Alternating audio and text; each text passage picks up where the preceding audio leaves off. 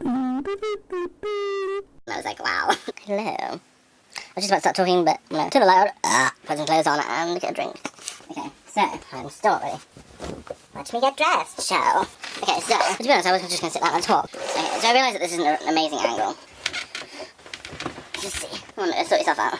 So yeah, do you ever just look at someone, and like you just hear them talking, you just randomly think something, and it turns out to be true, like, say, months or so in the past, and you think, so that person will say something to you, or you'll hear from someone else, and you're like, oh my god, I thought that, and you remember it, that you thought it because it was so random, and so, maybe this isn't random, but like, so I'll be watching people on YouTube, like Trisha Paytas and Colleen Ballinger, and like, it will strike me just randomly, I'm like, oh my god, they're so alone, or I'll look at them and be like, oh my god, there's something wrong, like, it won't show. Like, it doesn't really feel like it shows, like, obviously. But just kind of, I don't know, you'll just look at them and you'll be like, wait, there's something wrong here. Like, either they're putting something on, or obviously, like, you try and be happy around people sometimes, even though you're not. I mean, I don't really, because I find it very difficult to fake things. But I know a lot of people will be like, I like to put on a happy face and a smile because it makes other people smile. I'd love to be able to do that, but I can't really. Like, I guess that's like a negative side of me. Like, I know people would be like, oh, well, at least you're being truthful and stuff like that, but like, sometimes you need to put on a face, and I find that quite difficult without looking like an insane person. Like, I think I could smile quite nicely for a camera, and I sorted that smile like 8 years ago. I was like, whenever I'd have to smile for a camera, I would look and be like, wait, what? Like, I didn't have a smile. Like, for ages, I didn't show that many emotions, really. I didn't have that many emotions, like, I want to make that clear. Like, it got to a point, I think, basically high school, where I just, like, for whatever reason, it was easier to not have emotions. And it was easier to not have emotions, apart from when, like, people were having fun and stuff, and I would just be looking at them and being like, wow, like, what are you doing? Why are you, like, wasting your time doing this? And as time went on, I was like, no, wait, they're having fun, and they're doing these, like, simple things in my eyes, which actually, like, they're not really necessarily simple, like, I was just, like, looking down on it or something, but they were having fun, and I wasn't, and I don't know whether it's this, or just in general, it's taught me to, like, look at a situation from outside the box, like, as if it wasn't even you, look at a situation from outside and be like, wait, how should said person, aka me, act in this situation, like, genuinely, like, are you right or wrong, or something like that, in terms of what's, like, the right thing to do to benefit as many people as possible in a positive way in that situation, like, it's quite difficult, and like, I actually can't believe how I am now. Like, me, myself, like, in my soul, I'm very much the same person, but I am actually so different, like, it's weird thinking about it properly, because I'm so different than how I was years ago. I'm singing all the time around the house now. I literally could not sing if I thought anyone was near me. Like, I'm actually getting goosebumps because I'm so happy that I'm not, like, however I did it, I got past that. Like, my confidence was so low. And, like, I wouldn't say my confidence is amazingly high now, but it's not, like, really, like, people would always, like, and I actually haven't heard it for ages, I'm so surprised, but people would say, you need more confidence. My mum would say, you need more confidence. And, like, loads of people I come across, they're like, oh, you need more confidence.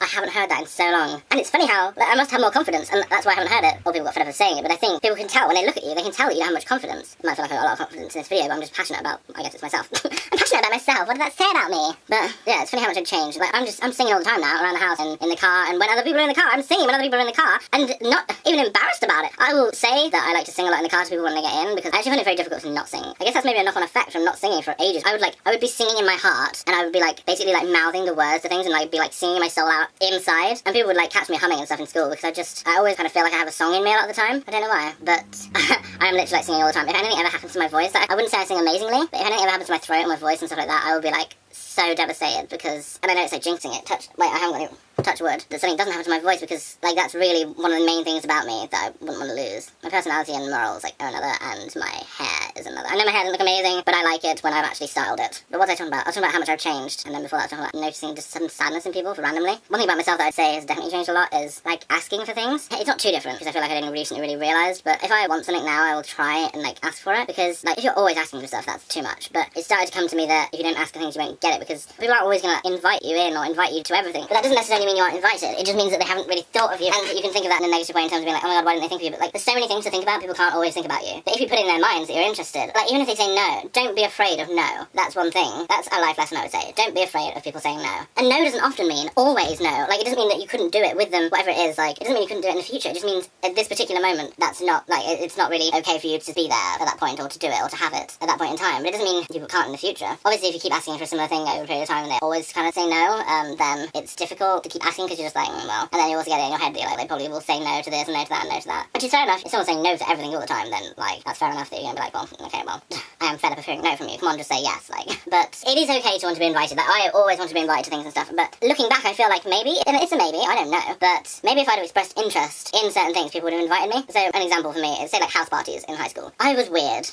You may have noticed, occasionally I do it, because I feel like a lot of things carry on over when you're, like, getting older. And it's disgusting. I will occasionally just, like, scratch my face and I'm a bit hard skin, and I'll just automatically eat it. Now that is, I know it's so vile, but I used to do it when I was nervous, I think, or scared, or really self-conscious. So, like, I don't do it all now, but I literally used to hear like people saying, oh my god, he's picking his face and eating it. And I wasn't always that weird, but I did get weirder. I think it's because in high school I embraced that I was weird. Kind of made me a bit more weird, I think. But I feel like I need to make notes of what I'm talking about, because I just kind of go off on a tangent and then don't finish what I was saying before. I hate it when I watch videos and I'm like, just finish what you were saying, but like they go off on a tangent and don't finish what they were saying before, and you're really invested in what they were saying before. I was saying about being like invited to things. I was never invited to any house parties when I was younger, when I was in high school or college. And it's partially because I was weird, but I was friends with people who would like go to house parties. And that was one thing that I kind of felt like was my in to ever going to these house parties. My best friend, he started kind of hanging out with cooler people, I think, and then he would go to house parties and he lived near these people. And I kind of thought maybe he would invite me to these things, but it didn't end up happening. But I did wait for years, or it felt like years. Sadly, I haven't really seen him much since high school. Like literally since high school, I've probably seen him 5 times. But like we were best friends then. But I made friends really with people who didn't do much, and I regretted that element of my friendships with them at the time. I was just like, I was very aware of what other people were doing at that age, and that I wasn't doing it. But then I also had the thing where I was like, I can't go unless I'm invited. Like if I'm not invited, then people don't want me there. And then maybe that's the case, but like maybe I should have asked at least once.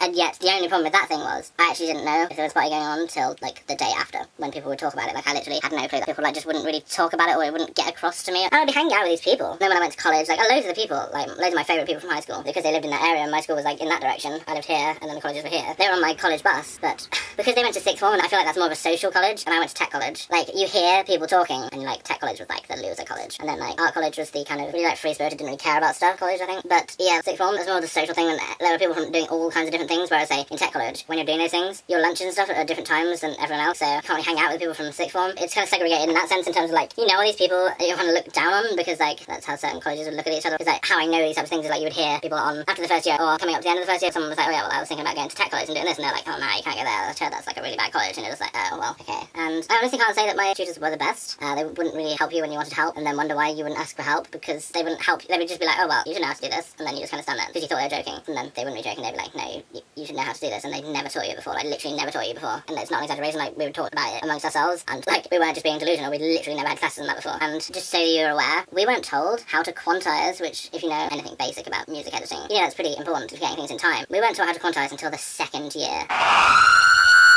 Like, no exaggeration. We'd asked about it before. We were like, is there an easier way to get all these things in time? And, like, they said no. I know this is going off on a tangent. Like, maybe they didn't get the question, but we had asked about it before, because I remember us being so shocked that this quantize thing was a thing, that you could just get all the notes roughly in time, according to what time signature or beat you wanted. And you're just like, what is this? Why, if I've asked about it and I'm inquiring about it, why are you not teaching it me? At this point, why are you then waiting? Like, as a teacher, you should be like, if there's someone's interested in it, you should be like, oh yeah, cool, well, I'll teach you that now. And to know how to quantize your music, it's not a small thing, and that's the degree of teaching that we got in this college. So I can see how people were like, yeah, well, that wasn't very good. And in our last week of tech college, we were like, oh, well, we want to kind of go in there as much as possible before we leave, so we can like get it together and everything. And we asked if we could go in there, and they're like, nah, you can't go in there. And like the last day, the tutors went for drinks and stuff, and they're like, said that we couldn't really get back in. And we sat there for ages, waiting for them to come back, like maybe 2 hours, and then we like just went back in, because we were like, well, this is our last day, like some of our stuff is still in there, and like how long is it going to take for you to come back? We're just waiting around doing nothing. There was no one else in there doing anything. No one was using this stuff. So we just went back in, and it really pissed us off, because that was like literally our last day, and you're just kind of like, okay, bye.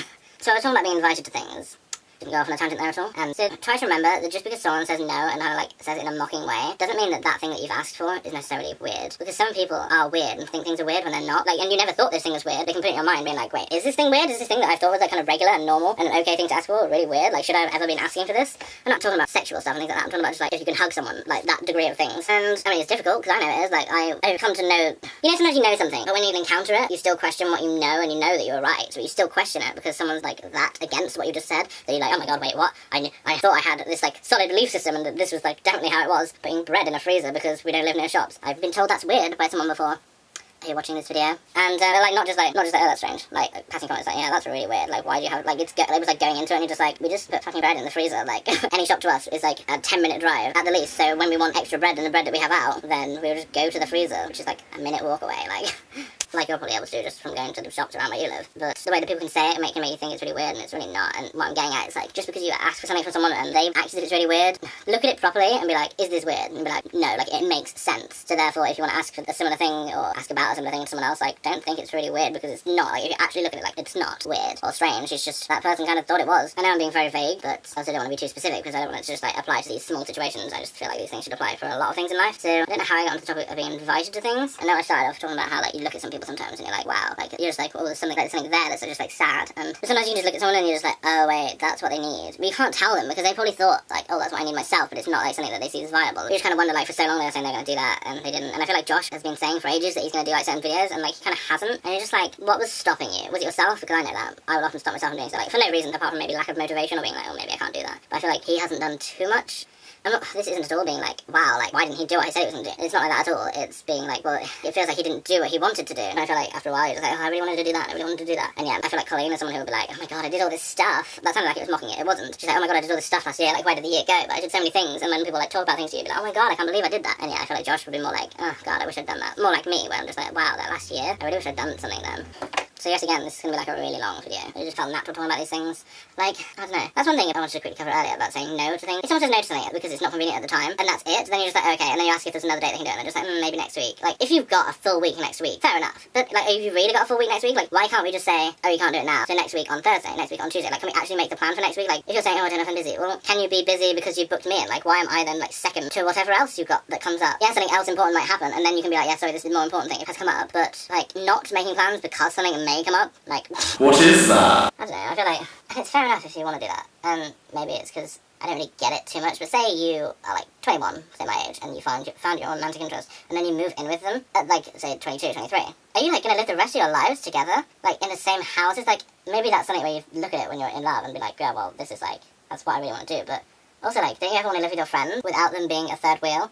Like, why so early on are you moving in with this person? And if you can have children that age, that's fair enough, but if you think of maybe, like, how much potential life you've got left, once you move in with your partner, you're not going to unmove in with them, like, you're not, I really doubt you're going to, like, still be together and not live with them. So wouldn't you want to, like, live with your friends first, maybe? Obviously, you've been with your partner for, like, 5 or 6 years and you start moving together. Because you haven't moved in with friends beforehand, like, that's not, like, that no longer applies, but I feel like I've been very hypothetical with a lot of these things, and yeah, sometimes you just look at someone and you're like, wow, that's really what they need, and you can't tell them, or like I was saying before, even if you told them, like, they probably thought it about themselves in the past, and they haven't decided it for whatever reason. Like, you don't want to just be like, yeah, you need to live with someone, and they're like, mind your own business, like, like you don't really say that type of thing, but sometimes you can look at someone and you're like, oh god, that's what you need, I hope you realise it soon. Anyway, yeah, and that's it for today's video in terms of this. This was a vlog.